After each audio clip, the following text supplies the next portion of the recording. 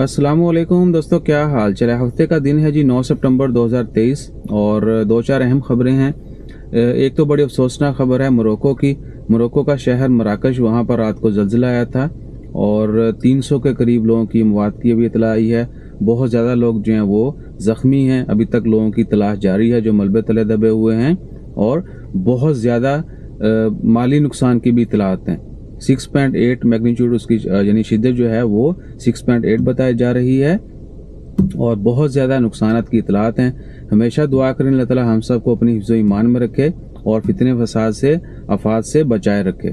ठीक है ना जी। और एक्सीडेंटल मौत से, आग पानी से, अमवात से जो है आपने दुआ करते रहना है, क्योंकि रसूल सल्लल्लाहु अलैहि वसल्लम की सुन्नत है कि आपने हमेशा दुआ मांगनी है कि मौत जो है वो इज़्ज़त वाली आए, एक्सीडेंट से आपको मौत ना हो, आग लगने से ना हो, पानी में डूबने से ना हो। तो हमेशा जो है दुआ करें सबके लिए, अल्लाह ताला खैर फरमाए। और जो लोग वहाँ पे मुश्किल में हैं उनके लिए भी दुआ कीजिएगा।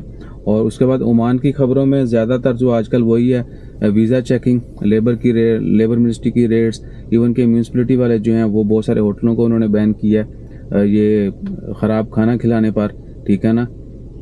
और भी बहुत सारी जगहों पे इंस्पेक्शन होती रहती है। बार्बर शॉप की कुछ खबरें थी, वहाँ पर जाके वो चेक करते हैं कि वो प्लास्टिक वाला वो यूज़ करते हैं नहीं करते, जो कि हर बंदे के लिए उन्होंने अलग से वो शापर, उसको क्या बोलते हैं, बड़ा थिन सा होता है शेविंग के लिए या कटिंग के लिए, वो यूज़ करते हैं।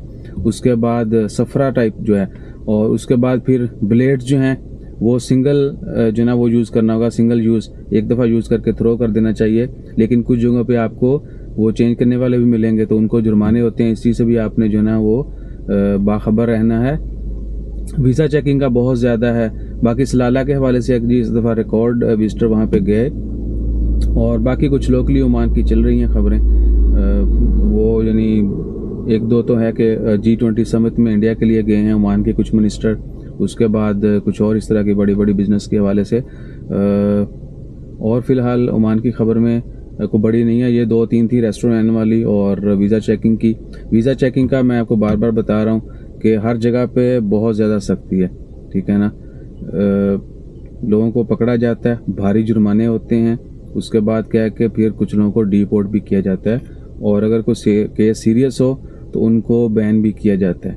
सही है ना। तो लड़ाई झगड़े से, नफरत से, बिला वजह किसी के ऊपर केस करने से या अपने ऊपर करवाने से भी आपने 2 दफ़ा पहले सोच लेना है कि जो आप काम करने जा रहे हैं। बहुत सारे लोग बस देखते हैं कि लॉ है कि आप किसी की कंप्लेन कर सकते हैं, लेकिन वो ये नहीं देखते कि उनके एग्रीमेंट में क्या लिखा हुआ है। ठीक है ना।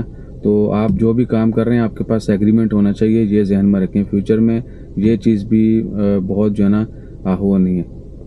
इसलिए गवर्नमेंट इसके ऊपर कानून बना चुकी है कि एग्रीमेंट लाजमी ऑनलाइन होगा ताकि कोई पार्टी उसमें चीट ना करे। बहुत दफ़ा होता है आपके पास एग्रीमेंट कुछ और है, आपका स्पॉन्सर और बाप जो है उसके पास कुछ और है।